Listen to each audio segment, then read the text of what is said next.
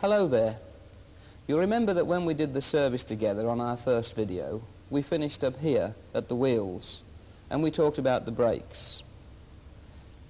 We said at that time that this was a whole new ball game and a much more serious one. Well, in this new video, Mike and I are going to show you how to change the disc pads, a wheel cylinder, and generally check your brakes to ensure that your life, the life of your family and other road users are safe. Now, the first thing we're going to do is to show you how to position the car safely using axle stands and a jack. And remember, always look for the safe working load to be marked on the stands and choose a name that you know. Having positioned the jack in the correct jacking position on the car, look in your handbook to find out where your jacking points are. Just take a certain amount of the weight off the car on the jack, but before you go all the way up, slacken off. Do not remove the wheel nuts. For this purpose, we're going to use this rather superb type of wheel brace, which costs around £10. You can see that it's one that can be extended to give you maximum leverage. The end can be changed from 19mm to 17mm, and it can also take a socket to fit those nuts of other sizes. A tip that you should bear in mind is when using any wheel brace, always push down, never pull up, as this will prevent you from damaging the muscles in your back. Now we've slackened off the nuts, we can jack the car up. Only jack it high enough to get the axle stand into a safe working position, and then lower the car down onto the stand. In this case, you can see that we're putting it underneath the chassis of the vehicle. On your car, you may have to find a strong, substantial part of the suspension to put it under. Do not remove the jack until you've seen that the axle stand is safe and secure in every way. Now, having done this side, we'll go around and do exactly the same on the other side. Now, the reason for this is whilst we're only going to work on one side of the car at a time, it does give you the opportunity that in the event that you got into difficulties, you can pop round the other side and check what the other one looks like. Having dealt with the jacking up and the axle stands, remember, whenever you're working underneath the vehicle, always have someone on hand, just in case. For the purposes of this video, we've used a General Motors car, and we put it up on the car ramp to show you what the brake pipes look like, and so that we can deal with both front and rear wheels at the same time. Before you go anywhere near working on those brakes, you've got to clean off the dust, which actually contains asbestos and is very dangerous to your health. There are two basic ways you can do it. You can use the vacuum cleaner, which will suck off the excess dust, but that will still leave a small film of dust on the parts and get it onto your skin and your hands.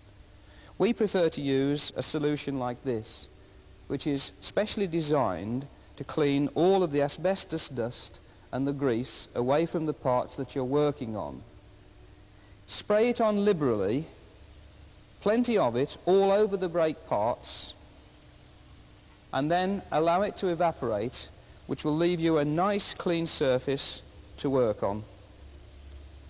If you look into the tray, you'll see all of that black muck that you would have otherwise been breathing into your lungs. Whilst we're waiting for that to evaporate, let's just have a look at the kind of tools that you'll need to service your brakes. You'll need a hammer, you'll need a pin punch to knock the pins out that secure the pads into position, and a set like this will probably cost you about £4.50, but you can buy individual sized ones. You'll need a mole wrench, a pair of pliers, pointed nose, and an ordinary engineer's type, and a couple of screwdrivers with a small one and a large one. And another very important part of your toolkit when working on your brakes is a tube of copper slip or copper-ease type grease. These will actually not melt until they reach a temperature of 1350 degrees. and is essential when you're lubricating brake parts, because what you don't want to happen is for oil or grease to get onto the brake linings and the friction material. And finally, you'll need a brake adjusting spanner, one of these. Not necessarily all of them, but one of them will fit your car.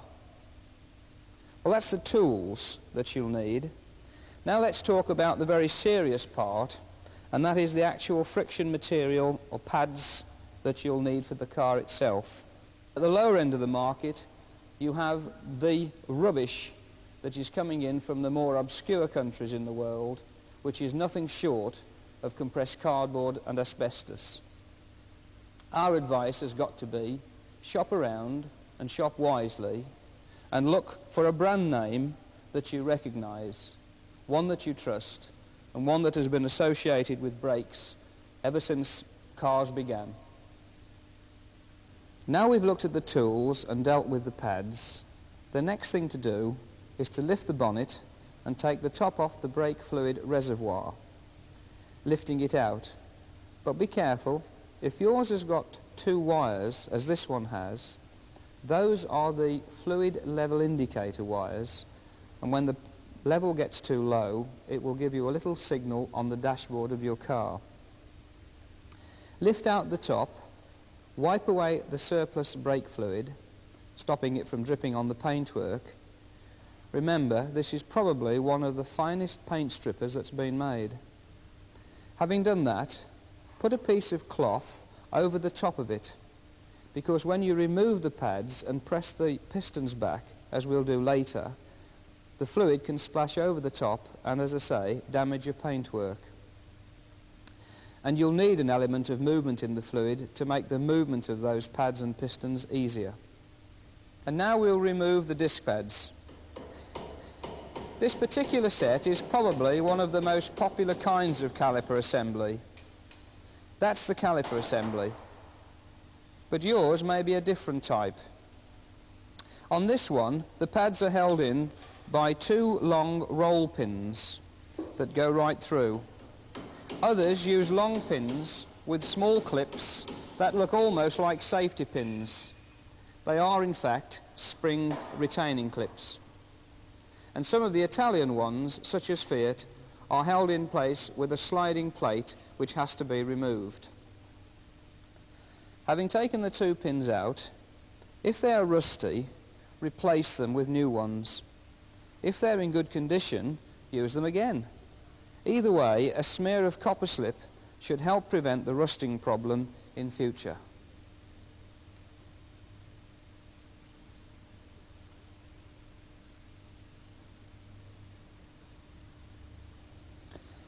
Right, now we'll take the pads out. Do them one at a time. When you remove your pads, you may find a thin piece of metal.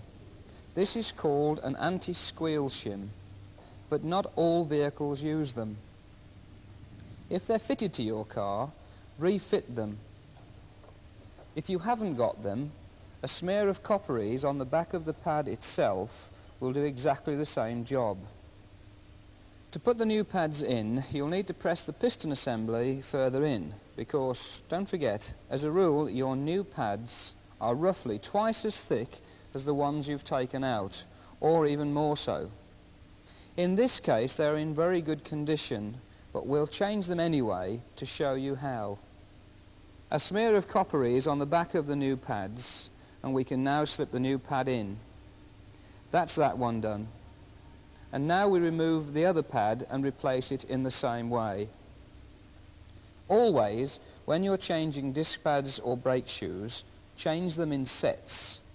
Never change one pad or one side of the car without changing both sides together, as you run the risk of the brakes being out of balance, because there are differences in friction materials that could cause a very serious problem to your braking if you do that.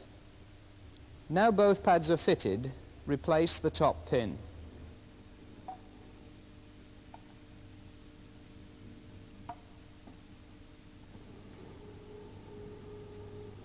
Slide the spring retaining clips underneath, press them in,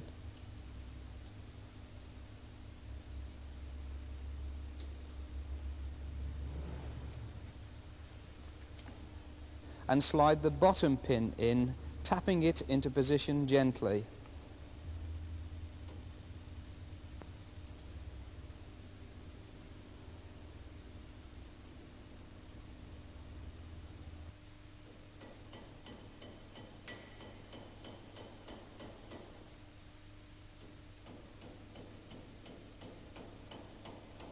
And now we can repeat the operation on the other side of the vehicle.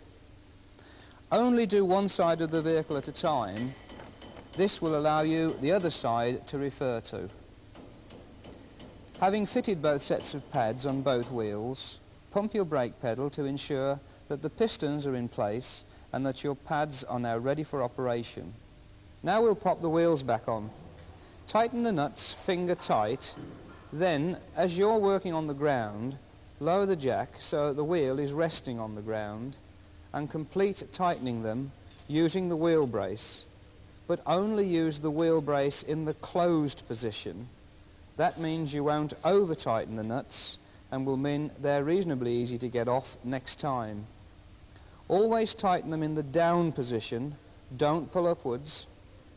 Do opposite nuts right, left, top and bottom, and do all 4 of them.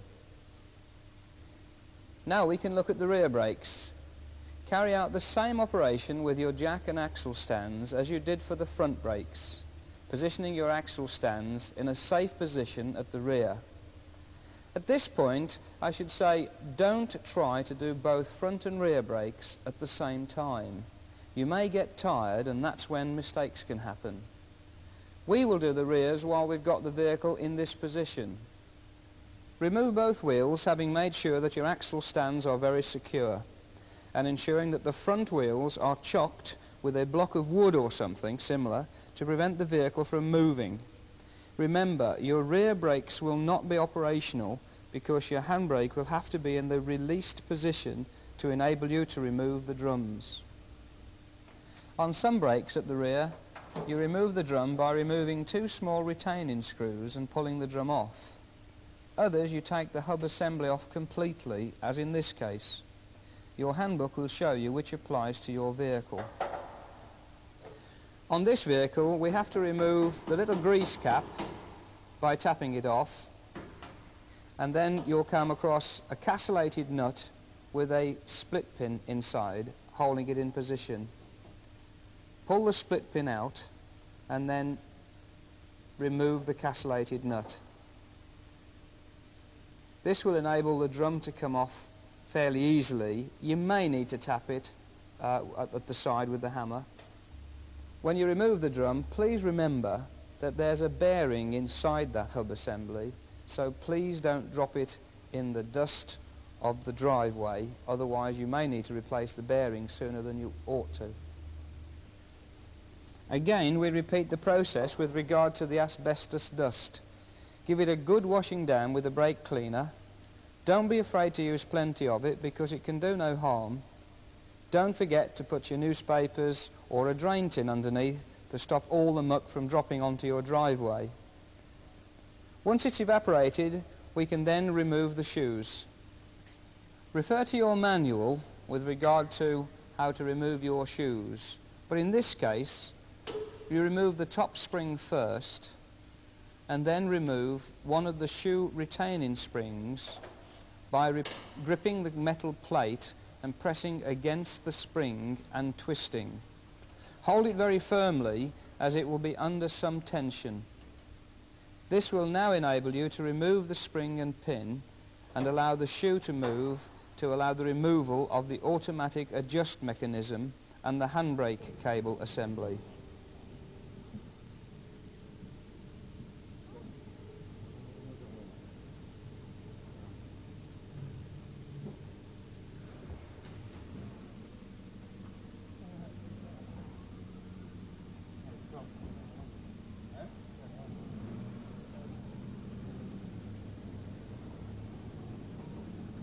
Repeat the operation on the spring on the other shoe, and that would be the shoes removed.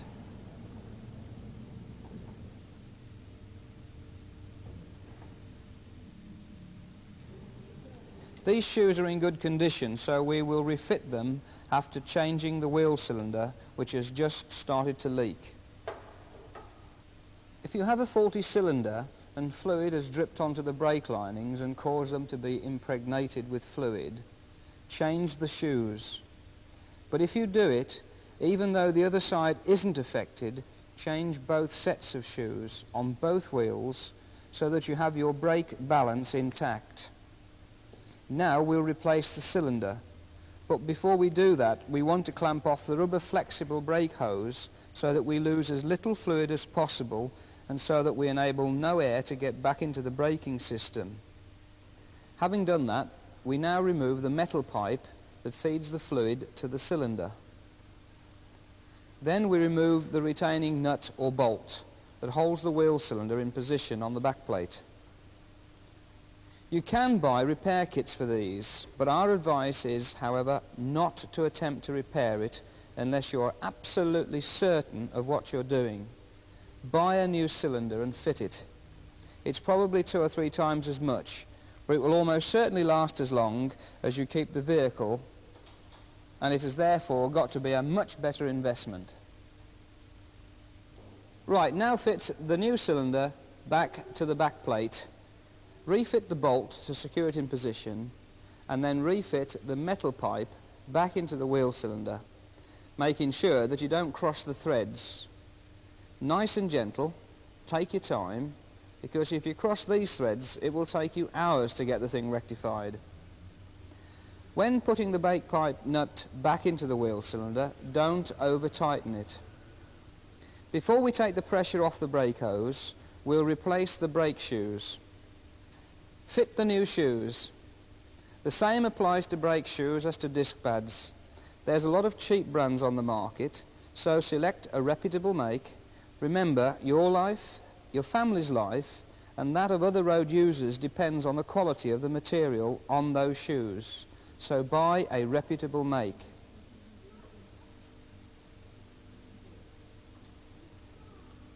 Hook the lever assembly into the handbrake cable end and then position the other shoe, having mounted the small spring that retains the bottom 2 shoes together.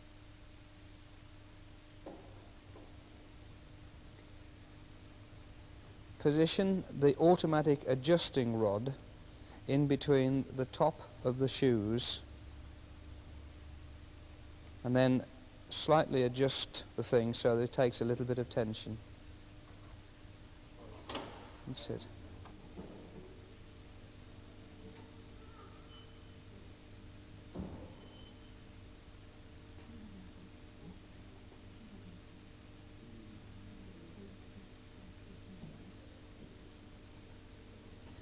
Now place the other retaining pin through the back plate and through the other shoe, and repeat the operation by placing the spring and the retaining plate over the top of it and twisting.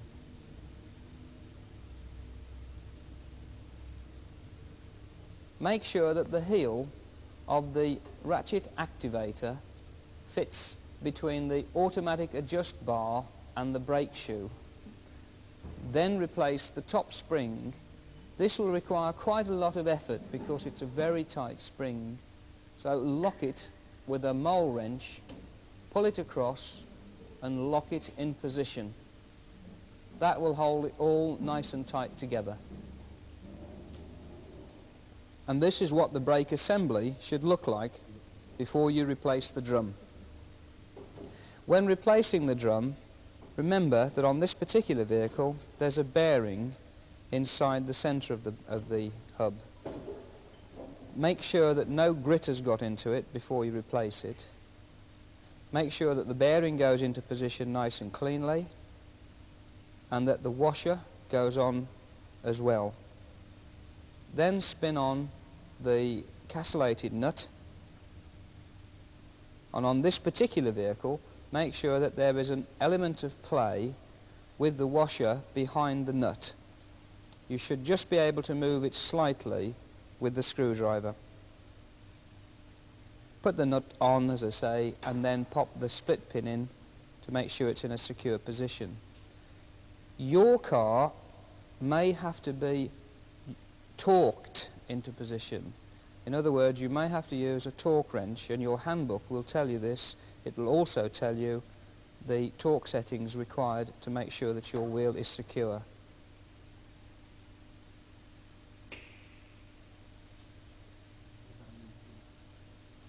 When replacing the split pin, if the one that you've got is damaged too badly, change it and put a new one in. It'll probably only cost twopence or threepence to do.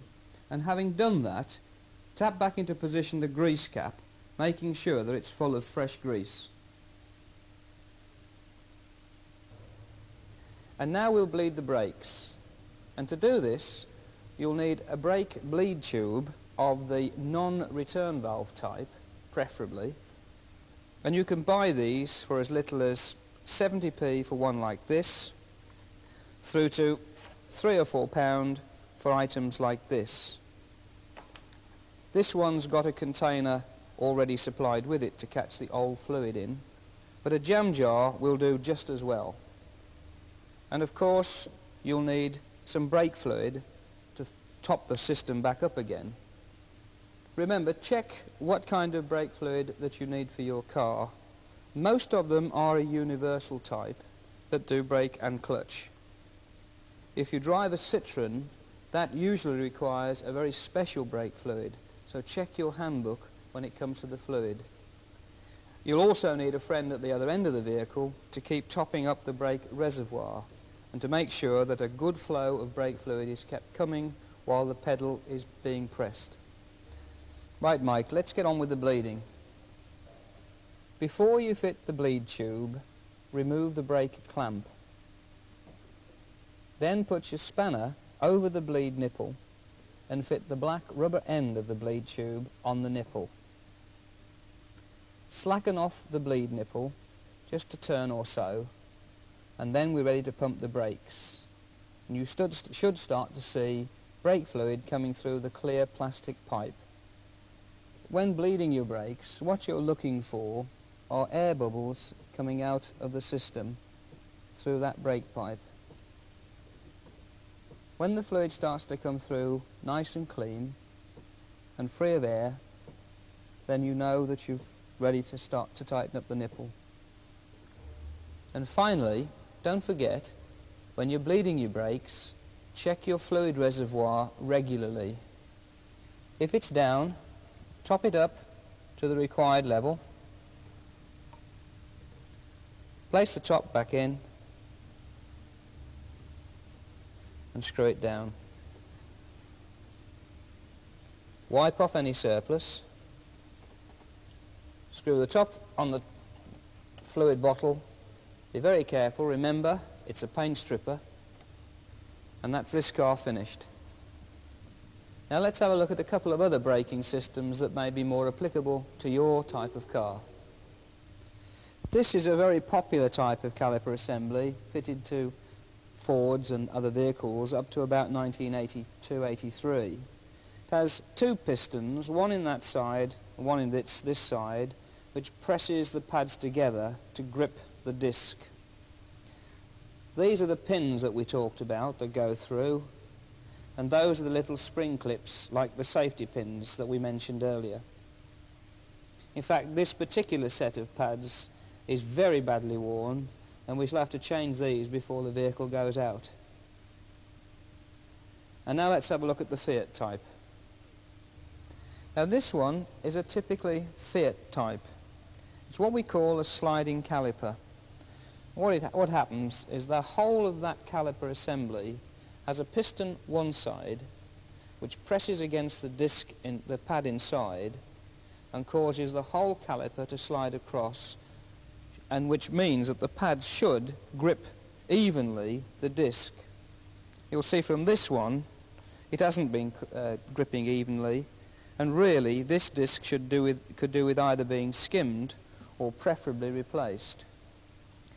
To remove these pads, you have to take out these two small pins, both at the top and at the bottom, and knock those two little plates there and there out. And the whole caliper assembly then tilts back and enables you to get at the disc pads. When you replace it, replace it with copper slip. This should prevent this kind of thing happening again. Having done the brake shoes and dealt with the disc pads, let's have a look at the other thing that regularly fails the MOT test, and that's these things, the flexible brake pipe. What you're looking for is signs of cracking, particularly around that point there and that point there, where the metal part of the hose joins to the rubber part.